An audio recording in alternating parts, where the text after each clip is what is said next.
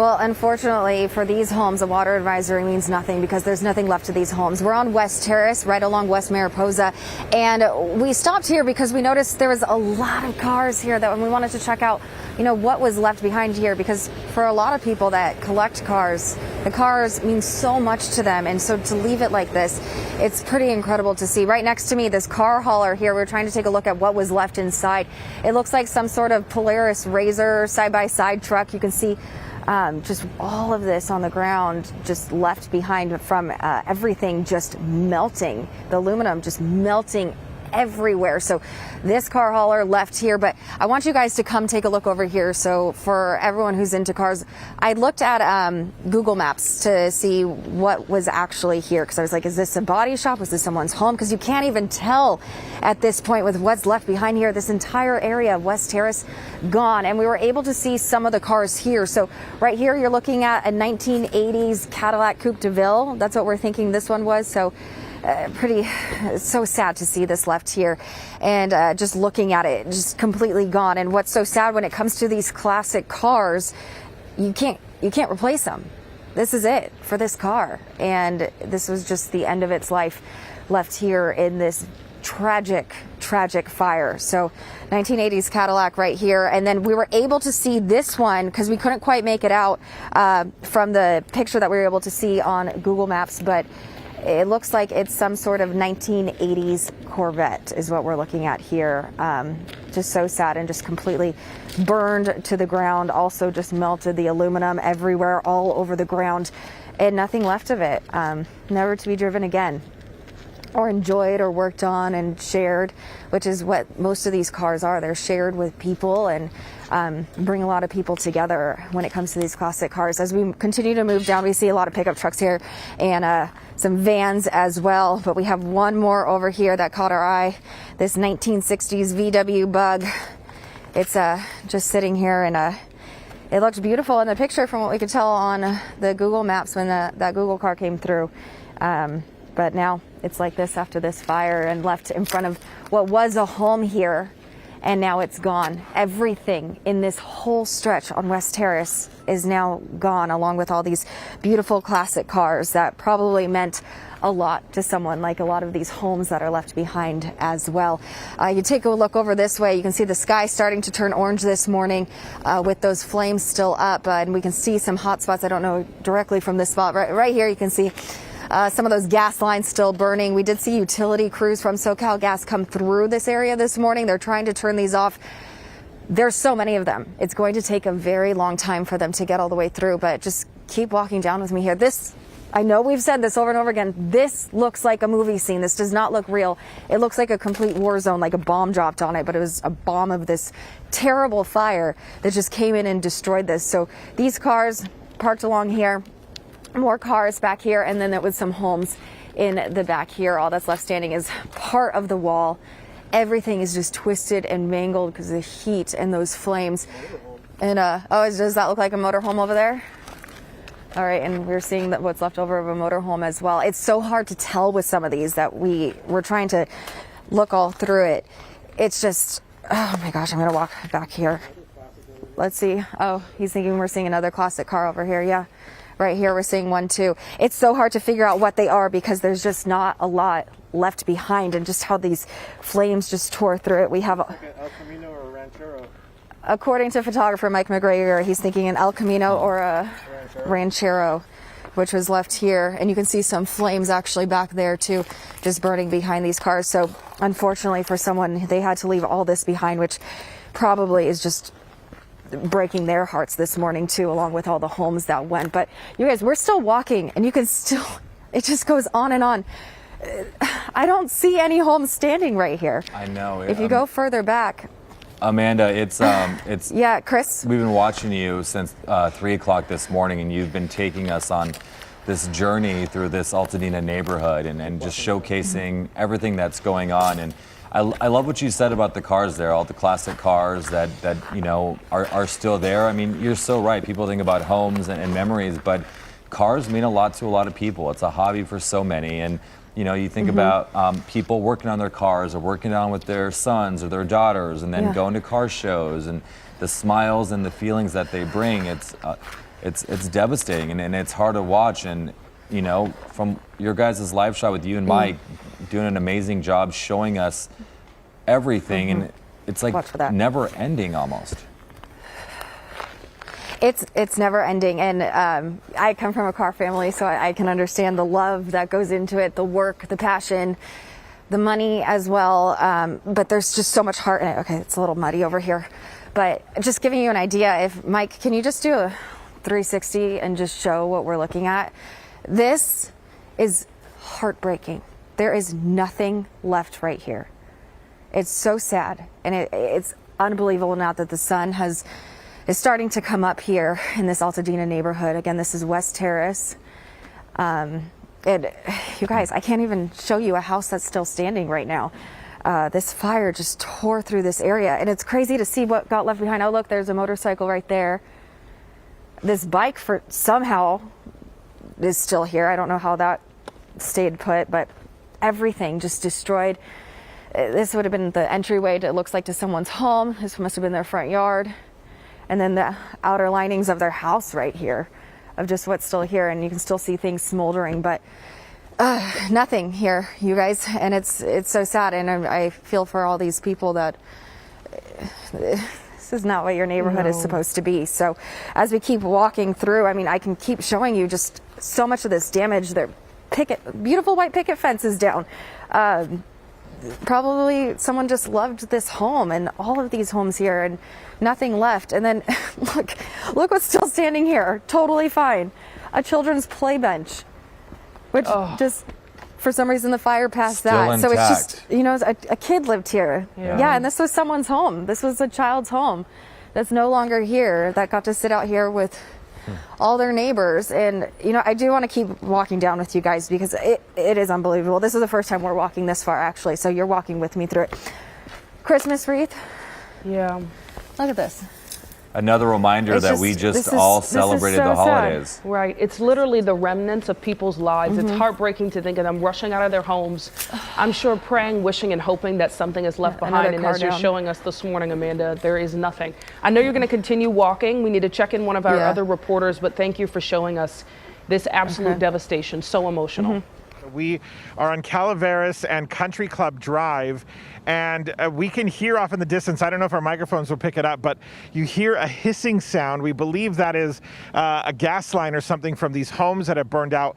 We do see in this community some utility crews. We imagine that they're working to shut down those lines, because we also see some fire burning on these properties, and it looks like it's a gas line that just has not been shut off yet.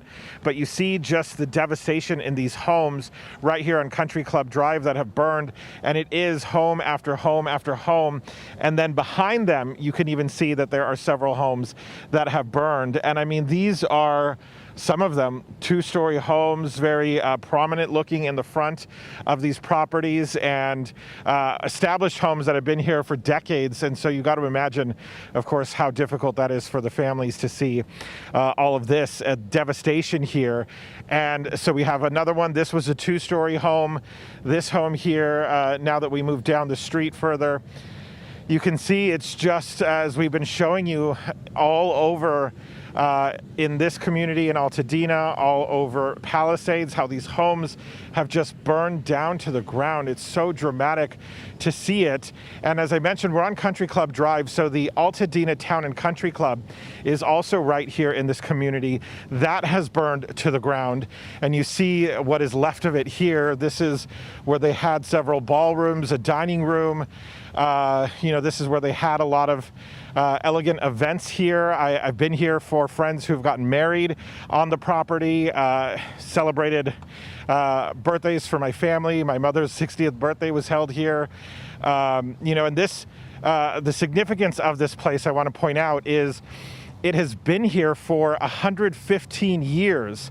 So for people in this community and for family and friends that I know who live around here, these are the communities that they know, that have been well established, that this is what is going to be difficult for them to understand and to take in, that all of this is just destroyed so far. And what I want to show you also is, if we could swing around, and Ernie Fuentes, my photographer, if you could see up on the hillside there, now that we're starting to get a little bit of sunlight, it might be a little easier to see where the fire is still burning up in the foothills. Of course, that is away from homes. And we're not feeling strong winds right now. That is the good news. I know Alex was talking about winds in the forecast still to pick up, but right now, here where we are in Altadena, we're not feeling anything like that. It is a dramatic change in weather pattern compared to what it was like for us 24 hours ago when we were doing live reports, Ernie and I, over in Palisades, and feeling those strong wind gusts and seeing the embers blow. But what we're noticing immediately here is, of course, the loss to this community, the destruction here by the fire. And these are areas where people didn't normally think that a brush fire or wildfire could burn. I know Sheba and Chris, you were talking about being prepared no matter where you are, and that really seems to be the case now for a lot of communities, areas that we did not think this would happen. And then here we are standing amid all of this destruction, for these people who probably had no idea that this could happen. Certainly we didn't, really expect this to happen, but we knew that the winds were forecast to be life-threatening potentially, and we know that that came to fruition. Yeah. Oh, and Rick, we really feel for you this morning, standing in a place where you personally have memories, but it is a reminder that these are not just things and ashes now. These are people's memories and past and time spent with their families that are gone. And we just want to let people know you are watching Right, and KCAL. it's stuff that... Yeah, Rick, we just want to let people know you are watching KCAL News this morning at 6:30. We've got continuing coverage of the wildfires. Right now, we've got a live shot from Rick Montanez. He's in Altadena. And Rick, as the sun begins to rise, I think sunrise is around 6:50 something. We're starting to see this, and it seems like a war zone out there. It's we try to describe things and not be over dramatic about it, right? We want to be accurate in our reporting and our description of the events that happen in the world around us. And quite frankly, that is an accurate description of what we're seeing. It looks like a war zone. It looks like a bomb went off. It looks like what we know happened.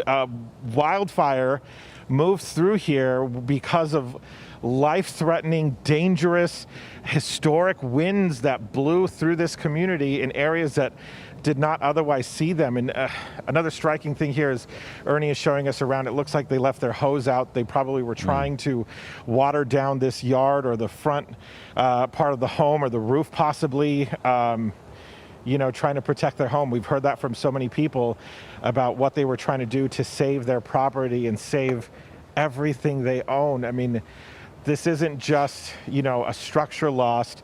It's their memories, their belongings, people who, you work so hard for years and years to build up that life for yourself. And another thing that it's not just me, but I got to tell you that, how I'm relating to this too, because my nieces and nephews swam here competitively at the country club, and so even for them, we've got to remember the kids that will be impacted by this too, the families as a whole.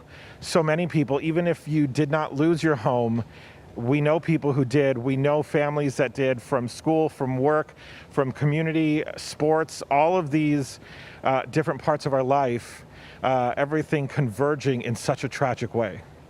Yeah, I mean, it breaks my heart. A couple hours ago, you were talking about just the emotions and the exhaustion and, covering these stories, but also, having these ties like you do to this neighborhood. Breaks my heart for you. And I just want you to know, Rick, we all are here for you. So if you ever need anything, feel free to reach out, because this is impacting you and so many people, but I think also a good reminder for other people to reach out to their loved ones, reach out to their friends and family, just being like, hey, is there anything I can do to help you? We've got to check on each other. Yeah, because just that little text message could mean a lot. It make someone feel loved and better in light of what is a a nightmare. This is where community means more than anything. Yeah, to feel understood for these emotions that we're all going through. Yeah, absolutely. That area you're walking in right now, just completely devastated, Rick. It doesn't seem like anything in that area survived. All we see is rubble, and as you pointed, the things left in that rubble that remind us of the people who will have to come back there and rebuild once they make it through all of this. Yeah, and experience all those feelings and emotions when they do. Yeah, and can they? Will they? Christine Lazar was talking about insurance. That's another thing that, there are so many steps to the process. And I know people who've lost their homes in fires before. I used to report the news in Colorado Springs, Colorado, and they had a devastating fire years ago. I had a friend who lost his home. They rebuilt, which to me was astonishing because we don't always see that. But what now? What do we do next? And as we've been talking, the sun, again, coming up a little bit more. I think we're seeing a little bit more daylight, so we could show you again the country club here, Altadena Town and Country Club. Just what's left of it. I mean, these were grand ballrooms. I have to tell you, we have gorgeous pictures from being in there and seeing friends married. And, I mentioned we celebrated my mom's 60th birthday here, and that was the day right before the shutdown because of COVID. So that was just such a significant moment because, it was right before the world changed. And now here we are seeing not the world, but our world here in Southern California, in Los Angeles, seeing so much of it change again in just a matter of hours for a lot of people. And then, of course, over a couple of days in this entire week, and it's just tragic. We are on Country Club Drive, right off Calaveras, and you can see these homes. One thing we want to point out is you may not be able to hear it, but there is a loud hissing sound coming from these properties, likely the gas lines that have ruptured. But we do see crews out here who are working, utility crews, trying to shut down those lines, and we've seen that in neighborhoods all across the community here. And so we are going to pop off the tripod here, so forgive us for this camera movement, but we want to show you around here because even down there, Ernie Fuentes, if you could show us, our photographer here, I mean, you see all of those homes on Calaveras Street that have burned there. And then we are on Country Club Drive here. And as we come up, you can see these homes that have burned here and just so much destruction here. It is pretty intense to see how much has been lost here in this community. And so, we're really just trying to give you an idea, a scope of what has burned and how much is lost. If we go up the street as well, you can see the Altadena Town and Country Club. That has been in this community for 115 years. And, a lot of us know this place very well. Excuse me, I'm putting my mask back on here because while we don't see a lot of haze and smoke, we really are still dealing with that particulate matter that is in the air. And it's, at times it feels like, oh, okay, the air kind of cleared a little bit, but then it gets hazy and smoky again. So that's been a problem. We're trying to make sure we get our cables in order here to be able to walk down and show you a little bit more right now. So forgive us. We were trying to make sure that our signal was strong enough to bring you these live images. Working through a lot of technical issues here so we can show you what's going on. The cell signal is down because power is out. So that makes it harder to be able to cover the news sometimes. But we can show you just, these homes, they were big, beautiful homes that have burned down. And then, Ernie, let's show them the Altadena Town and Country Club here. That this is where there were grand ballrooms inside, a dining room. I've been here to see my friends get married. We celebrated my mother's 60th birthday here a couple years ago. We've had parties and Father's Day, Mother's Day.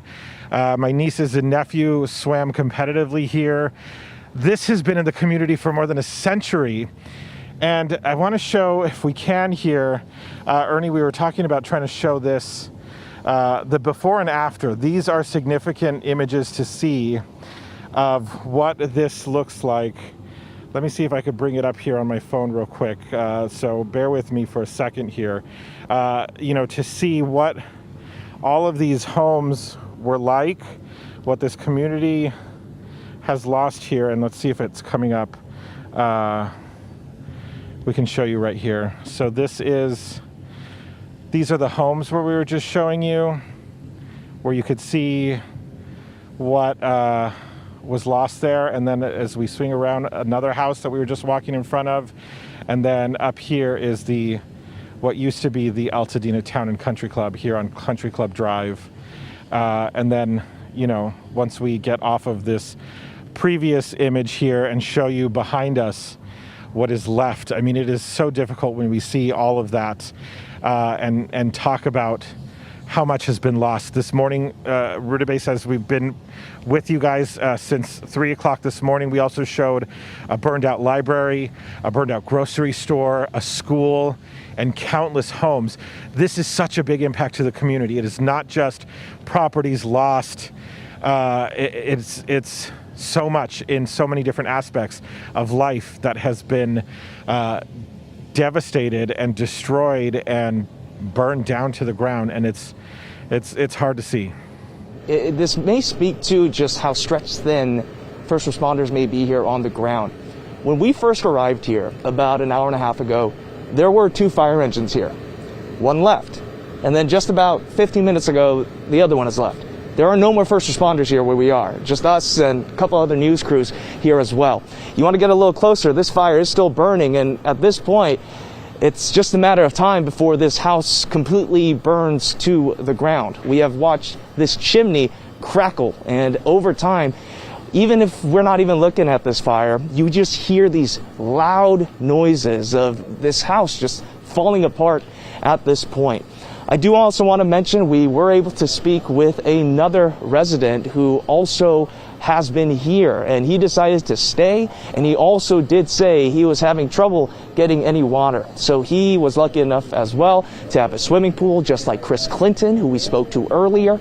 It seems like all the people that are staying up here are just doing whatever they can to just get any water on their properties and on their homes. And the other thing that's notable about what Chris and another resident said is they acknowledged that these roads are closed. They acknowledged that they can't get in unless they actually took back roads, they say. What back roads, we're not sure, but that may be something to note if people are going to be trying to get up here. And law enforcement may not want them up here because of how dangerous it is. You speak of the danger, I do have to mention that these embers are flying as well, but the wind has been going down. But as the sun does continue to come up, you're just seeing how bad the air quality is, and there goes another part of the chimney right now.